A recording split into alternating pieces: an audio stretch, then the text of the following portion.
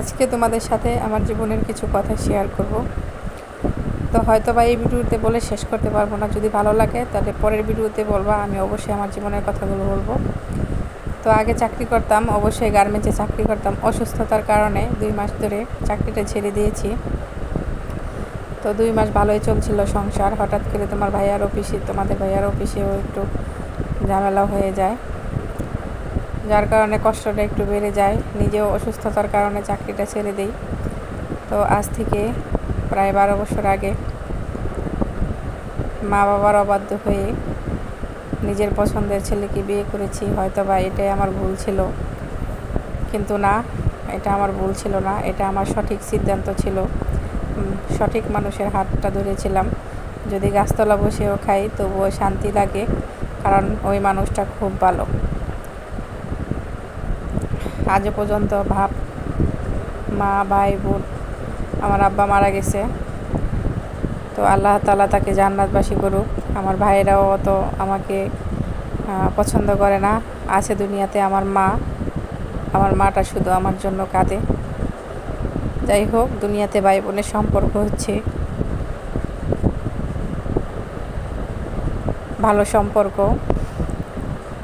তো তোমরা কোনোদিনও কেউ নিজের পছন্দ মতো বিয়ে করে আমার মতো ভুল করো না। আলহামদুলিল্লাহ, আল্লাহ তাআলা অনেক শান্তিতে রেখেছে, যদিও চাকরি করে খেতাম। তাই তোমাদের সাথে আমি কিছু কথা শেয়ার করি, ভালো লাগে বিদায় একটু ভিডিও বানাই। তো নিজের পছন্দে কেউ বিয়ে শাদী করো না বা করো না। আজকে আমার মেয়েটার বয়স প্রায় 11 বছর হয়ে গেছে।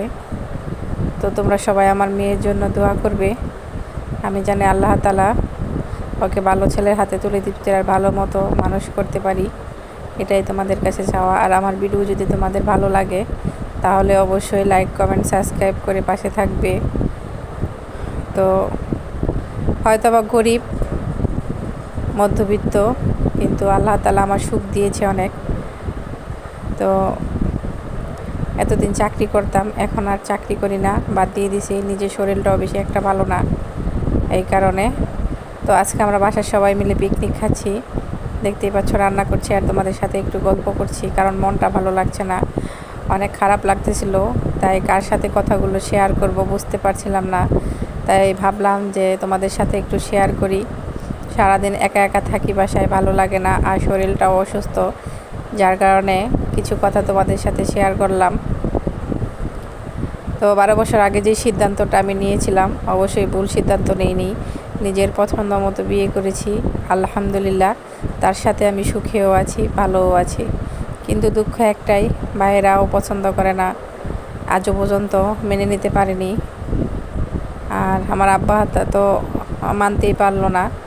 আল্লাহ তাআলা তাকে দুনিয়া থেকে নিয়ে গেছে। আমি দোয়া করি আমার আব্বাকে যদি আল্লাহ তাআলা বেহেশত নসিব করে।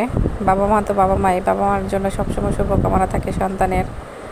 তো সবাই ভালো থাকবা, সুস্থ থাকবা। যদি আমার ভিডিওটা ভালো লাগে তাহলে অবশ্যই কমেন্টে বলবা। আমি তোমাদের সাথে আমার জীবনের আরও কিছু দুঃখ শেয়ার করতে চাই। তো আমি তোমাদের সাথে আমার জীবনের কিছু কিছু কথা শেয়ার করতে চাই, এগুলো আমি আস্তে আস্তে বলবো। তো আগে কিছু ভিডিও দেখেছো, অবশ্যই ভালো লেগেছে।